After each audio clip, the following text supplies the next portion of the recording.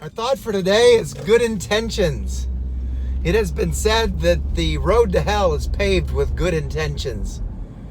What good intentions do you have about changing something about yourself or how you do things?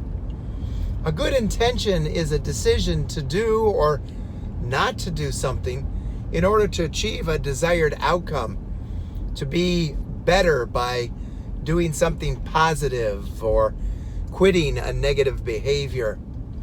Behavioral modification is obviously behind all good intentions.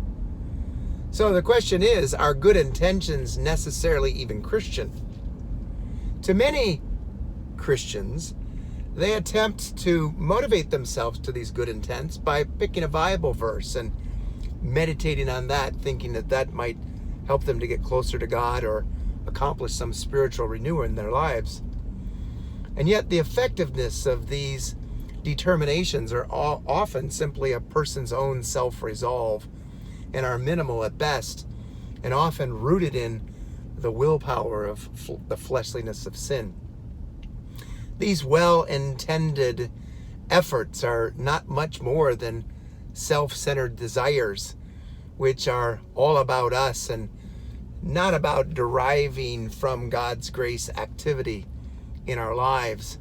And as a result, it's not surprising that many good intentions never materialize.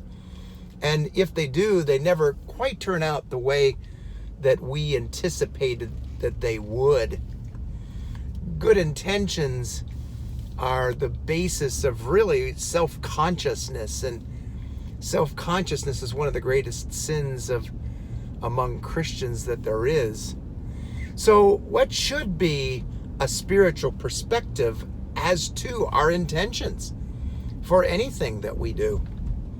Well, a biblical and Christian concept of behavior and good intent is always the gospel, the good news of the indwelling presence and dynamic of the living Lord Jesus Christ himself, allowing Christ to live out his life through our Christian behavior, empowered, of course, by his Spirit, which allows us to experience life as God intended. Jesus is the motivating source and the enabling ability to accomplish his intentions for our lives.